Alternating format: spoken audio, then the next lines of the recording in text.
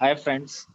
आज हम लोग ओ लेवल के अंतर्गत जो फर्स्ट पेपर होता है जिसका नाम है information technology tools and network basis, उस पेपर का जो पांचवा चैप्टर है उस उस चैप्टर के अंतर्गत जो जो टॉपिक्स हैं हम लोग उसको देखेंगे।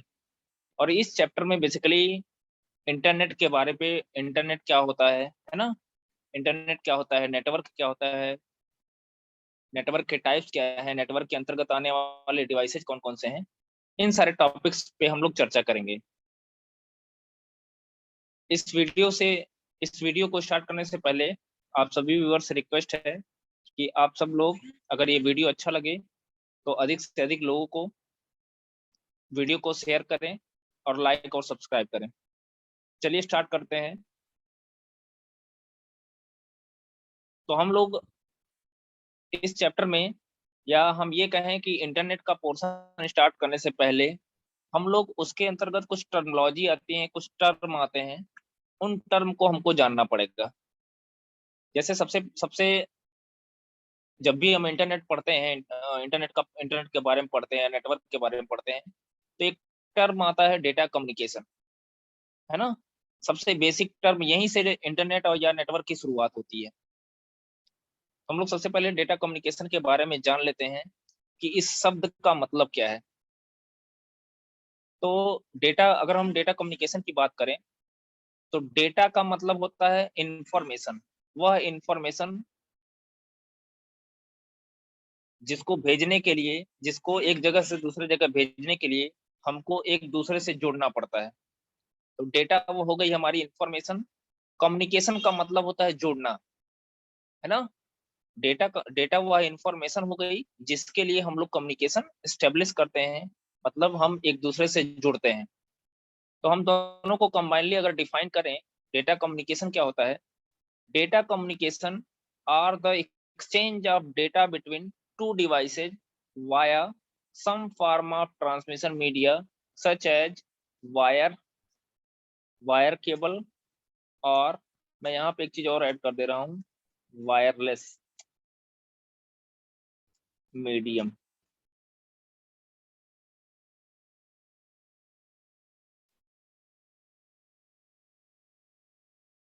अगर हम डेटा कम्युनिकेशन की बात करें तो डेटा कम्युनिकेशन एक ऐसा प्रोसेस होता है जहां पे हम दो अथवा दो से अधिक डिवाइस के बीच में डेटा को ट्रांसफर करते हैं। किसके थ्रू?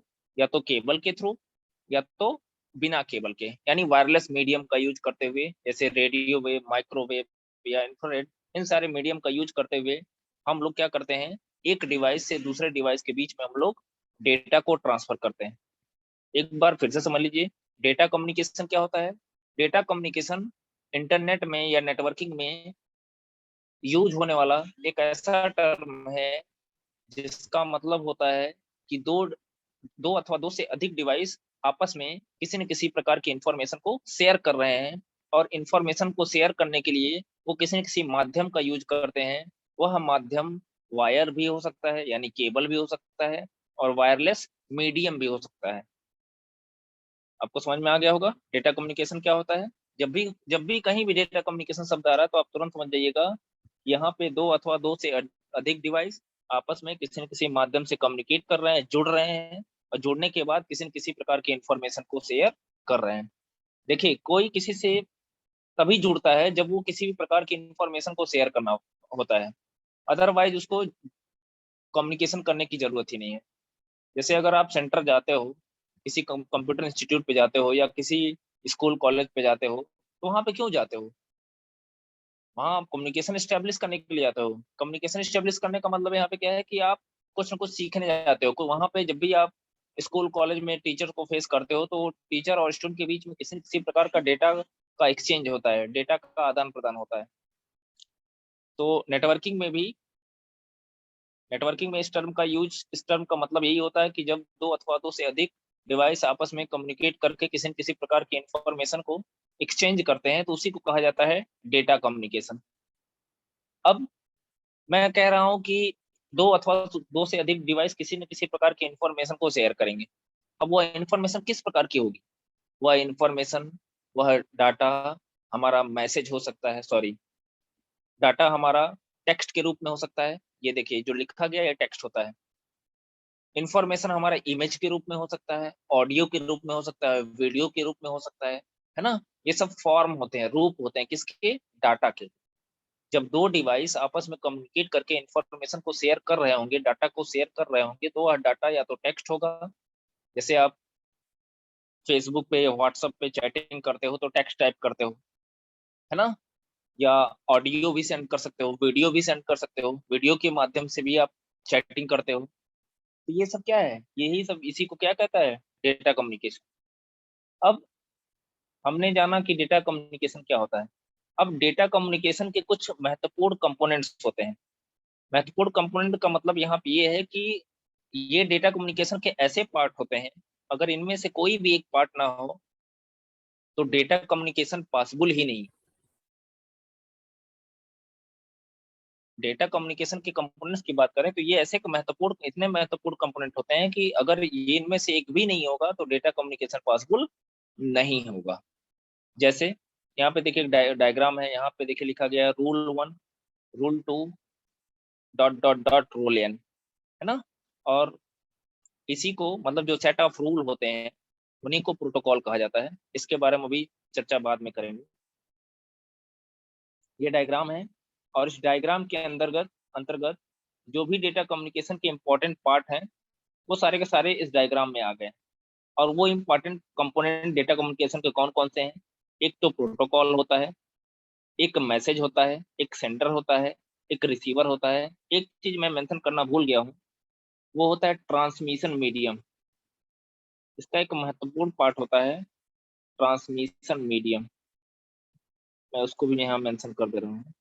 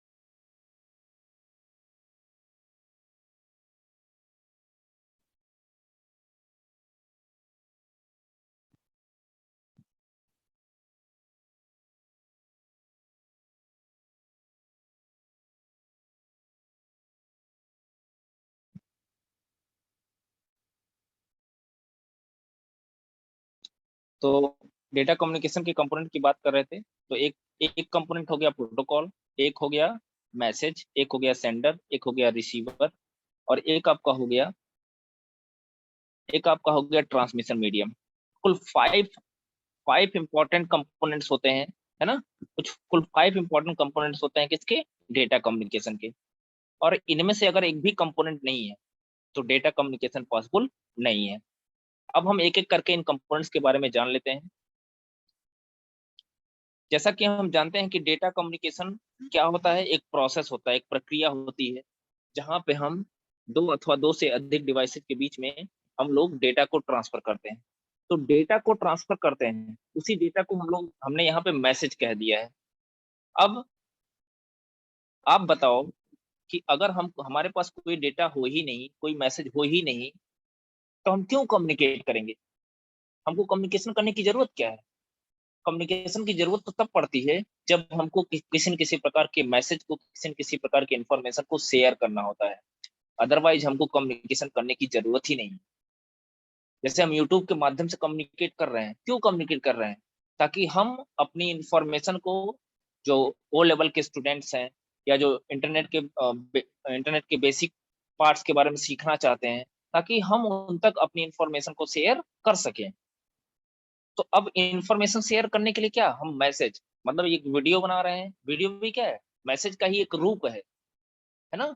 आगे लिखा भी गया है कि the message is the information, bracket में डेटा, टू बी कम्युनिकेटेड। मतलब मैसेज वह इंफॉर्मेशन होता है, वह डाटा होता है जिसकी वजह से कम्युनिकेशन किया जाता है। और मैसेज हमारा किस फॉर्म में हो सकता है, मैसेज हमारा टेक्स्ट के रूप में हो सकता है, नंबर के रूप में हो सकता है, पिक्चर के रूप में हो सकता है, ऑडियो के रूप में हो सकता है, वीडियो के रूप में हो सकता है। जब भी हमको इस टाइप की किसी भी प्रकार की इंफॉर्मेशन को शेयर करना होगा, तो हम तो क्या होगा, तो उसके लिए हमको कम्युनिकेशन करना पड़ेगा, अदरवाइज हमको कम्युनिकेशन करने की जरूरत नहीं है। तो अगर हमको कोई मैसेज ट्रांसफर ही नहीं करना है, किसी मैसेज की शेयरिंग करनी ही नहीं है, तो हमको कम्युनिकेशन करने की जरूरत ही क्या है। तो इसीलिए मैंने कहा है कि अगर मैसेज होगा तो कम्युनिकेशन, इसीलिए मैसेज हमारे डेटा कम्युनिकेशन का एक महत्वपूर्ण पार्ट है।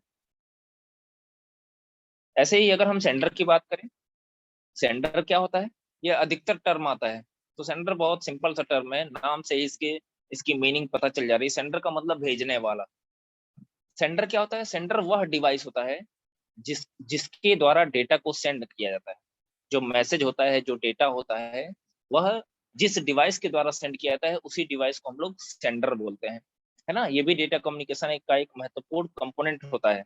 कैसे महत्वपूर्ण कंपोनेंट हो गया, आप सोच सकते हो कि अगर सेंडर होगा ही नहीं तो डेटा को कौन ट्रांसमिट करेगा, और जब डेटा ट्रांसमिट नहीं होगा तो डेटा कम्युनिकेशन पॉसिबल नहीं होगा, है ना। अब वह डिवाइस क्या हो सकता है, कोई कंप्यूटर हो सकता है, कोई टेलीफोन हैंडसेट हो सकता है, वीडियो कैमरा हो सकता है, तमाम ऐसे माध्यम होते हैं, तमाम ऐसे डिवाइस होते हैं जो कि जिनकी सहायता से हम डेटा को सेंड कर सकते हैं। तो कोई भी वो डिवाइस जो डेटा को सेंड कर सके उसे हम लोग क्या कहेंगे, सेंडर कहेंगे। ऐसे ही डेटा कम्युनिकेशन के अगले कंपोनेंट की बात करेंगे तो रिसीवर होता है। रिसीवर क्या होता है, इसके नाम से इसकी मीनिंग से स्पष्ट हो जा रहा है। रिसीवर क्या होता है, रिसीवर भी कोई कोई डिवाइस होगा जिसके द्वारा मैसेज को रिसीव किया जाएगा। जो भी सेंडर द्वारा भेजे गए डाटा को रिसीव करेगा जो भी डिवाइस, वो क्या होगा, उसी को रिसीवर कहा जाता है। जैसे हम वीडियो बना के सेंड कर रहे हैं, तो हम क्या हो गए, सेंडर, और जब आप इस वीडियो को देखेंगे तो उस समय आप क्या होंगे, रिसीवर होंगे। अब हम क्या करेंगे, हम भी किसी न किसी डिवाइस जैसे मोबाइल हो गया, लैपटॉप हो गया, इसका यूज करते हुए वीडियो बनाते हैं, फिर उसको अपलोड करते हैं, तो हम उस समय सेंडर हो गए। अब आप क्या करोगे, आप भी किसी न किसी डिवाइस का यूज करते हुए उस डाटा को रिसीव करोगे, तो आप रिसीवर हो गए। तो रिसीवर बेसिकली क्या होता है, एक डिवाइस होता है जिसके माध्यम से हम किसी प्रकार के डेटा को रिसीव करते हैं, प्राप्त करते हैं। ये भी क्या हो सकता है, कोई टेलीफोन हैंडसेट हो सकता है ना। अब बात करेंगे ट्रांसमिशन मीडियम की। जो चौथा महत्वपूर्ण कंपोनेंट है वो है ट्रांसमिशन मीडियम। ट्रांसमिशन मीडियम क्या होता है, ट्रांसमिशन मीडियम वो फिजिकल पाथ होता है जिसके थ्रू मैसेज हमारा ट्रेवल करता है ना। जैसे मान लीजिए अगर हम किसी माउस को सीपीयू से कनेक्ट किए हैं, तो माउस सीपीयू से कैसे कनेक्ट होगा, या तो वायर के थ्रू होगा या तो वायरलेस होगा। अगर वायरलेस माउस होगा तो वो जो वायरलेस मीडिया होता है उसका यूज करेगा। अगर केबल लगा होगा तो केबल क्या है, वह केबल जो माउस को सीपीयू से कनेक्ट कर रहा है, सिर्फ जोड़ने का काम नहीं कर रहा है, बल्कि उसी उसी केबल के थ्रू हमारा डाटा सीपीयू तक पहुंच रहा है। तो हम कह सकते हैं कि ट्रांसमिशन मीडियम वो फिजिकल पाथ होता है जिसके थ्रू हमारा डाटा सेंडर से रिसीवर तक ट्रैवल करता है। जब सेंडर भेजेगा तो उसी फिजिकल पाथ के थ्रू डाटा हमारा सेंडर से रिसीवर तक ट्रैवल करता है। जैसे कुछ एग्जांपल दिए गए हैं, जैसे ट्विस्टेड पेयर केबल, ये सब केबल है, वायर्ड मीडिया है। कोई axial cable, fibre optic cable, and radio waves. Radio waves होता है, ये radio waves, microwaves, infrared waves, ये सब वायरलेस कम्युनिकेशन में आते हैं, है ना। तो ट्रांसमिशन मीडियम का मतलब भी समझ में आ गया होगा आपको। जैसे देखिए इस डायग्राम में, यहाँ देखिए, एक ये जो एरो है आपको दिख रहा, अभी नहीं दिख रहा होगा, मैं इसको कलर कर दे रहा हूँ। ये जो एरो आपको दिख रहा है ना, ये वह फिजिकल पाथ है जिसके थ्रू डेटा हमारा ट्रेवल करे। जब सेंडर डेटा को ट्रांसमिट करेगा तो वो ये इसी रास्ते के थ्रू होते हुए रिसीवर तक पहुंचेगा, है ना। तो ट्रांसमिशन मीडियम और फिजिकल पाथ होता है जिसके थ्रू डाटा हमारा ट्रैवल करता है। अब बात आती है प्रोटोकॉल की। प्रोटोकॉल प्रोटोकॉल क्या होता है? अगर हम प्रोटोकॉल की बात करें तो नियमों का जो समूह होता है उसी को प्रोटोकॉल कहा जाता है। आप अमूमन इस टर्म को सुनते होंगे कि प्रोटोकॉल उसने फॉलो नहीं किया। प्रोटोकॉल फॉलो नहीं किया करने का मतलब क्या है कि कुछ रूल्स रेगुलेशन थे जिसको उसने फॉलो नहीं किया। तो प्रोटोकॉल, अगर आपसे कोई पूछे प्रोटोकॉल क्या होता है तो आप कह सकते हैं set of rules. Protocol is a set of rules, मतलब नियमों के समूह को हम लोग क्या कहते हैं? प्रोटोकॉल कहते हैं। अब ये प्रोटोकॉल का काम क्या होता है? वास्तव में अगर प्रोटोकॉल ना हो तो दो डिवाइस के बीच में कम्युनिकेशन पॉसिबल होगा ही नहीं। यह एक तरीके का एग्रीमेंट का काम करता है, समझौते का काम करता है, जिसके बिहाफ पे दो डिवाइस आपस में कम्युनिकेट करते हैं। जैसे आप लोग देखे होंगे शेयरिट, अब यूज नहीं होता है इंडिया में। शेयरिट शेयरिट के माध्यम से हम लोग क्या करते हैं? शेयरिट का यूज करते हुए हम लोग क्या क्या करते थे? डेटा को शेयर करते थे। तो डेटा उसके लिए देखिए, हमको जब शेयरिट दोनों पहला चीज तो, अगर शेयरिट के माध्यम से दो मोबाइल को हम कनेक्ट करना चाह रहे हैं डेटा को ट्रांसमिट करने के लिए या किसी मैसेज को ट्रांसमिट करने के लिए, तो हम लोग क्या करते हैं? सबसे पहला चीज तो ये है कि दोनों के पास शेयरिट होना चाहिए, है ना। ये सब रूल है, सेट ऑफ रूल्स है। अगर इन रूलों को, अगर ये रूल सेटिस्फाई होंगे तब जाके दो डिवाइस आपस में कम्युनिकेट कर सकते हैं, अदरवाइज कम्युनिकेट नहीं कर सकते। तो मैंने पहला रूल आपको ये बताया कि दोनों दोनों के जो दो मोबाइल हम शेयर के माध्यम से जोड़ना चाहते हैं, कनेक्ट करना चाहते हैं, दोनों के पास शेयर होना चाहिए। दूसरा ये होगा, दूसरा रूल क्या है कि जब एक सेंड कर रहा होगा तो दूसरा उस समय क्या कर रहा होगा? रिसीव कर रहा होगा, है ना। तो ये क्या हो गए? दो रूल हो गए। अब जब, अच्छा देखिए, जब एक सेंड करता है दूसरा रिसीव करता है तो दोनों डिवाइस का नाम शो करता है। तो उस डिवाइस, बहुत लोग कभी कभी ऐसा होता है कि कई सारे नाम शो करते हैं, तो आपस में जितने भी जो शेरिट के यूजर होंगे तो उनमें से हम क्या करेंगे? हम सिर्फ उसी डिवाइस को सेलेक्ट करते हैं जिसका नाम हमको, मतलब जहां से हमारा डाटा, जिस डिवाइस से डाटा हमारा आ रहा होता है। तो अगर हम ये रूल्स फॉलो नहीं करते हैं तो हमारा डाटा कम्युनिकेशन पॉसिबल नहीं होगा, और डाटा कम्युनिकेशन पॉसिबल नहीं होगा तो इसका मतलब ये हो गया कि हम किसी प्रकार की इंफॉर्मेशन की शेयरिंग नहीं कर सकते। तो ये कुल 5 कंपोनेंट थे डेटा कम्युनिकेशन के, है ना। और ये बहुत बेसिक कॉन्सेप्ट है इंटरनेट पढ़ने का या इंटरनेट के बारे में जानने का, नेटवर्क के बारे में जानने का, है ना। अगर ये छोटे छोटे कॉन्सेप्ट हमको पता है तो हम नेटवर्किंग के कॉन्सेप्ट को बहुत आसानी से समझा जा सकता है ना। अगर आपको ये वीडियो अच्छा लगा हो तो प्लीज अधिक से अधिक लोगों को इस वीडियो को शेयर करें और अधिक से अधिक लोगों को इस चैनल से जोड़ने का काम करें। Thank you for watching my this video.